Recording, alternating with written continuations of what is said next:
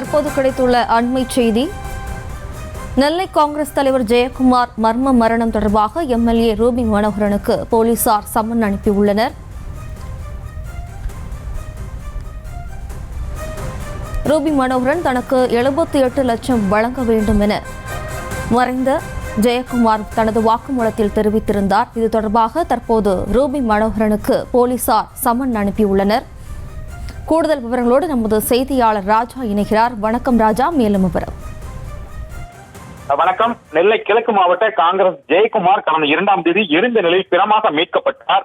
இது சம்பவம் தொடர்பாக காவல் கண்காணிப்பாளர் சிலம்பரசன் உத்தரவின்படி 8 தனிப்படைகள் அமைத்து பல்வேறு இடங்களில் தீவிர விசாரணை மேற்கொண்டு வந்த நிலையில் ரூபி மனோகரன் தற்போது ரூபி மனோகரனுக்கு தங்கபாலுக்கு போலீஸ் சம்மன் அனுப்பியுள்ளது.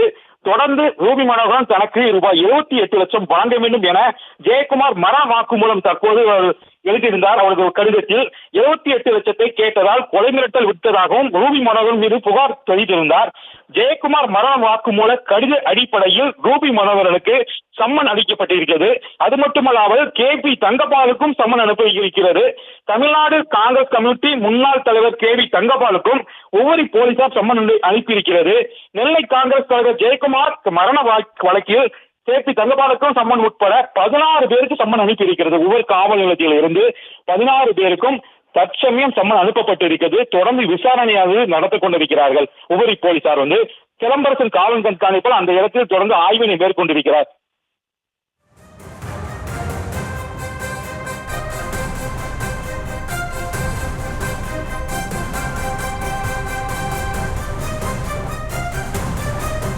ராஜா, மறைந்த ஜெயக்குமார் அவர்கள் தனது மரண வாக்குமூலத்தில் 8 பேரின் பெயரை குறிப்பிட்டிருந்தார். அவர்கள் மீதும் விசாரணை பாய வாய்ப்புள்ளதா? கண்டிப்பாக சுபா. தொடர்ந்து 2வது கடிதம் கிடைத்ததில் 16 பேரை கொண்டு அந்த கடிதத்திலிருந்து எழுதப்பட்டிருக்கிறது. அதன் அடிப்படையில் தான் இன்று காலையிலிருந்து ஒவ்வொரு ஆளுக்கும் தற்சமயம் விசாரணை தொடங்கப்பட்டிருக்கிறது. இந்த 16 பேருக்கும் சம்மன் அனுப்பப்பட்டு விசாரணையை தொடங்கி இருக்கிறார்கள். தொடர்ந்து அந்த பகுதியில் இருக்கக்கூடிய ஊர் பொதுமக்கள், அவருடைய அண்ணன் மகன் உள்ளிட்ட குடும்பத்தார்களிடம் தீவிர விசாரணை நடந்து கொண்டிருக்கிறது. இன்றைய தினத்தை பொறுத்த வரைக்கும் காலையிலே பாளையங்கோட்டை பகுதியில் பாளையங்கோட்டை நாங்குநேரி போலீசார் நம்மளுடைய தீவிர விசாரணை மேற்கொண்டு வந்தனர். அந்த முன்னாள் மத்திய அமைச்சர் தனுஷ்கோடி காலை 1 மணி நேரமாக விசாரணை தொடங்கியிருக்கார். அது மட்டுமல்லாமல் தொடர்ந்து ஒவ்வொரு அந்த 16 பேர் இருக்கக்கூடிய 16 பேரும் விசாரணை தொடர்ந்து நடைபெற்றுக் கொண்டிருக்கிறது. சுபா.